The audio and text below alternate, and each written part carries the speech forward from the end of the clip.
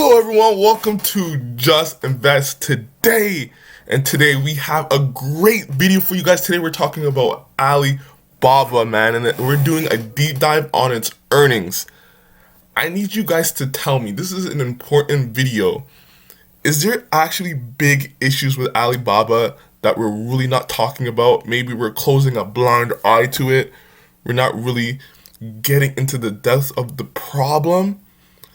Let's get into this. It's like we need to know, is this the downfall of Alibaba, man? Because the earnings came out, it wasn't the best. It was just mediocre. It was right in the middle. So I need all the bulls and bears to come out, respond to this video, wait until the end, and tell me your actual thoughts and what are you thinking about when it comes to Alibaba, this business. So I'm gonna read the earnings report, the call transcript, and I'm going to give my thoughts on what I'm seeing with Alibaba, and then at the end, tell me, are you a bull or bear? Because there could be serious issues with Alibaba business. But you really know, you always have to look at the two sides. You can't just focus on just one side. I love Alibaba, I'm a bull, but you can't close a blind eye to any problems that may occur. You always have to invert the story and see if your thesis is wrong. And that's what we do in investing. We can't have confirmation bias on our positions. You can't do that. That's going to kill you. So if there is a problem, we might have to get out. Who knows? Maybe we stay in. But tell me what you think. At the end of the video, tell me what you think about this whole earnings call, the earnings transcript, right? So let's get into it, man. Let's really get into this. So Daniel Zhang, CEO. Can you guys please like this video, subscribe to my channel, man. I'm trying to get to 1,000 subscribers, man. Click the like, click that subscribe button down there right now, down there right now. Thank you so much for all my supporters, man. Alibaba continued to firmly invest in 3 strategic pillars of domestic consumption, globalization, cloud computing, and data intelligence. We believe this will establish solid foundations of a long-term goal of the sustainable growth in the future. And I really think they're really focused on globalization and cloud computing right now. I'm not sure if that's hindering their domestic business, their main business right now, because I think they might be too focused getting their other products from Turkey to Southeast Asia, getting those companies in Lazada and Trendyol, those 2 companies to actually grow faster. And I think that might be hurting their domestic side of the business. China's GDP consumption continued to grow slower than previous quarters. True, overall, retail sales of the quarter increased 5% year over year. Online retail physical goods rose 8% year over year compared to the 19% during the same period last year. So we see China's, the whole economic sphere in China is slowing down, and Alibaba is saying, yeah, this affected us. This is harming our business, right? But on the other side, we just saw JD do amazing numbers. They did pretty good, and they did mention macroeconomic factors, but they're still pretty good. They're still flying. I'm not sure if that's because Alibaba's business is just so big that they're going to take a bigger hit, and JD still has a long way to grow, and they're still on the ground level. They're only $100 billion company, so maybe that's it. Who knows? Guys, can you please like this video, subscribe to my channel, man. I'm going to provide you with so much good content, so much Alibaba content, so much content in general. So please like the video down below, man. Subscribe right now. So these economic headwinds coupled with intensifying market competition, this is super key. We have to decide, is it the competition killing Alibaba, and that's why their margins and that's why their all their growth is not the same? Or is it just the headwinds of the supply chain issues, of the pandemic, of just material costs, all that stuff, and then just the overall demand in the macroeconomic sphere in China? Or is it competition? That is really key. That's what I want to find out. Because look at this tweet. I want to read you this tweet quickly, guys. Look what this guy said, William. This is an amazing tweet.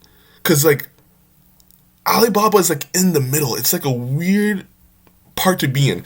The e-commerce competition in China is ruthless.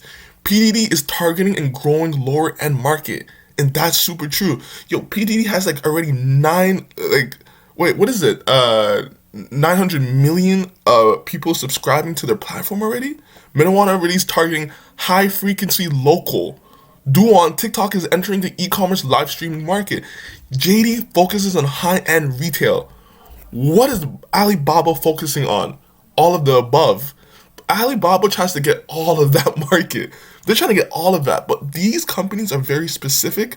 They're more targeted. So, is that a bad thing or good thing for Alibaba going forward?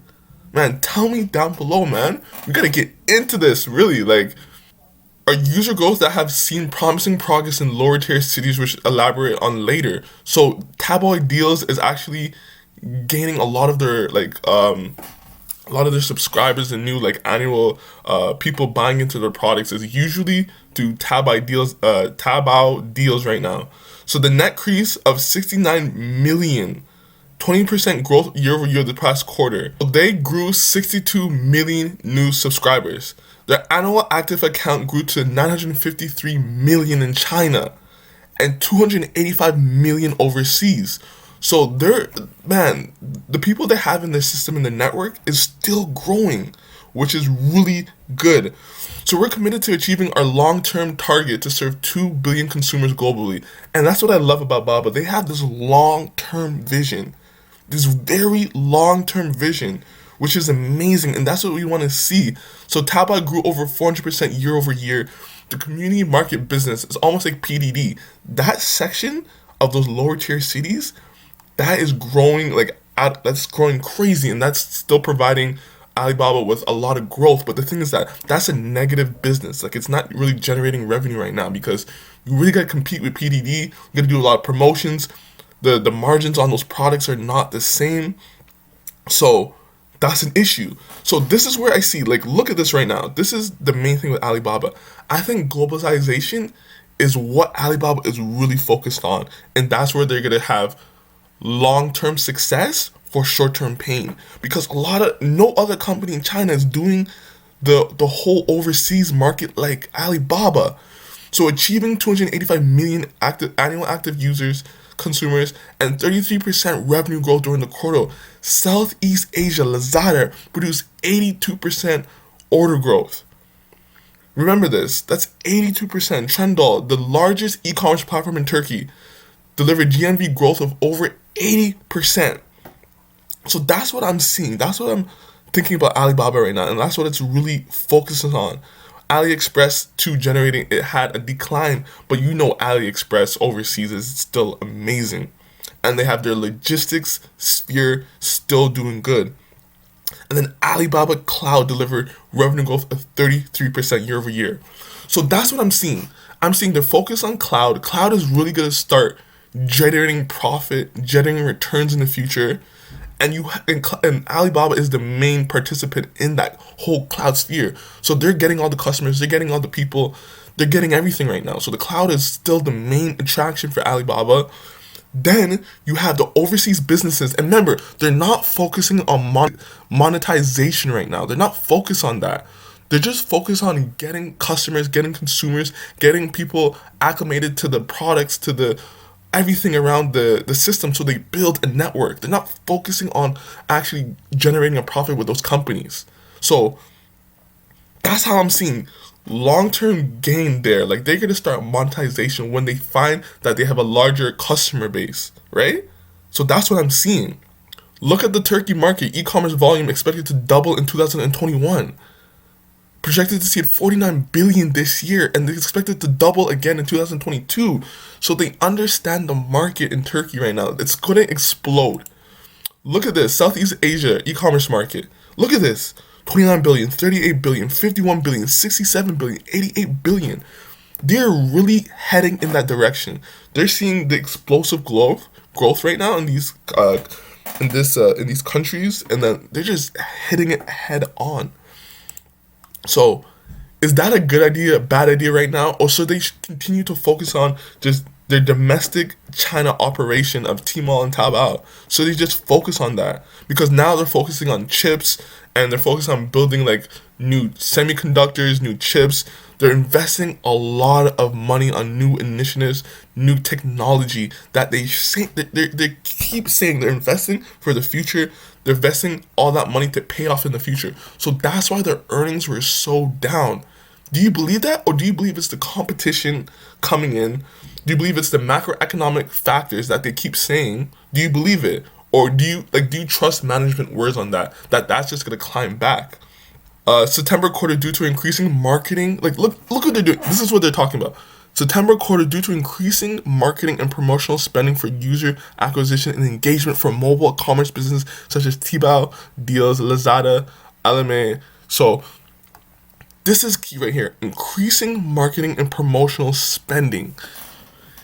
Is this because competition? That's what we want to know. Is that because competition, or is that because remember, they had the anti-monopoly regulation handed down to them. Remember, you only could choose Alibaba or you couldn't choose any other customer. So now that that's all gone, right? That's no more. This was like 2020, 2019. That's when they were making crazy amount of money. You can now choose Alibaba. You can go to JD.com, PDD, and now Alibaba can't use that against you. They can't say, oh, because our stuff is the biggest, you only can go here and you can't go over there. So they can't do that anymore. So now they have to spend more on getting customers, getting in the eyes of people, like promoting their products. They're spending more on that. And you saw expenses go up, right? So that is crazy, right? And this is another one. This is another crazy point with Alibaba. So primarily reflected in our support for merchants as well as increased spending in user acquisition engagement on our marketplaces. So they're trying to get more engagement on their marketplaces.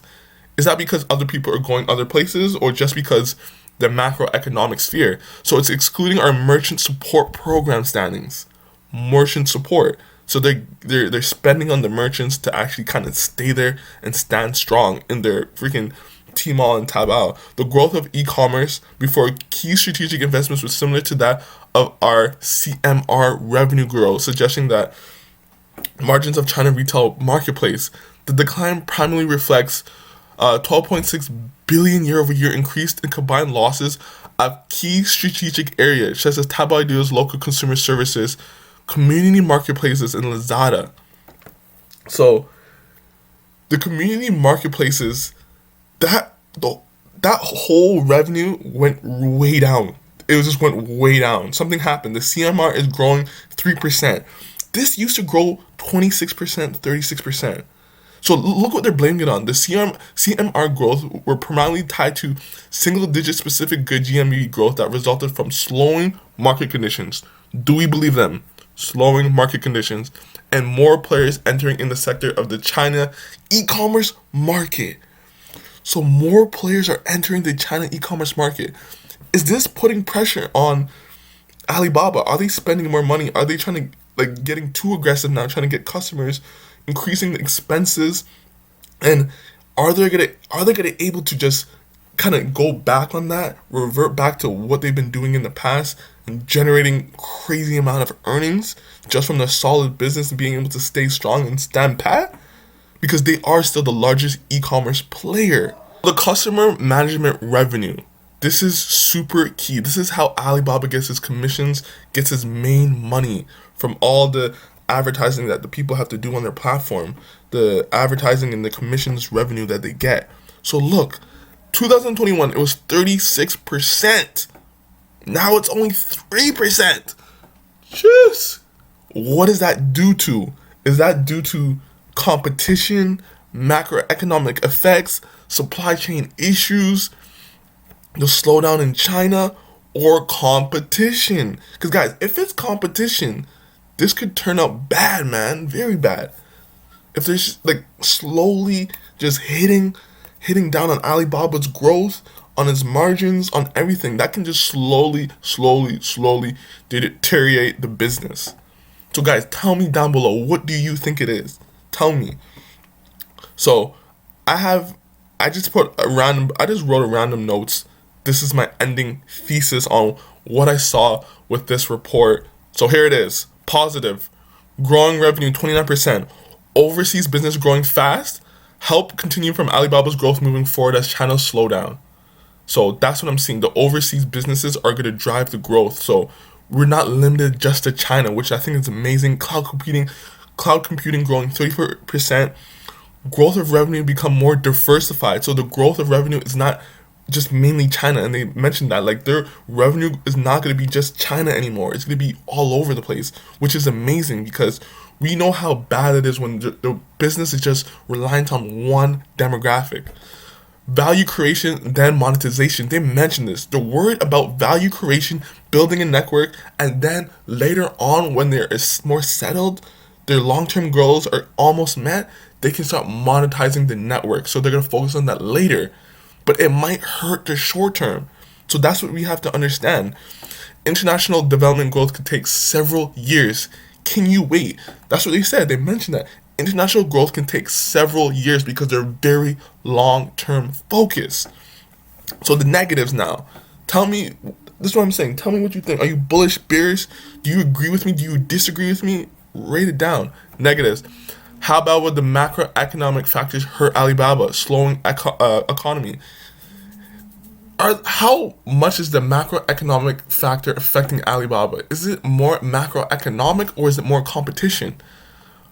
Again, more competition hurting Alibaba. We have so many. Yo, the Chinese market for e-commerce is deadly, but thinking about it, Alibaba is still the giant. They're still the main player in e-commerce. You still gotta go through Tmall, and Taobao. Like that's the main e-commerce. No matter what you think. Are the investments paying off? That's key. Lazada, the Turkey investment, Trendball, like are those going to pay off in the future?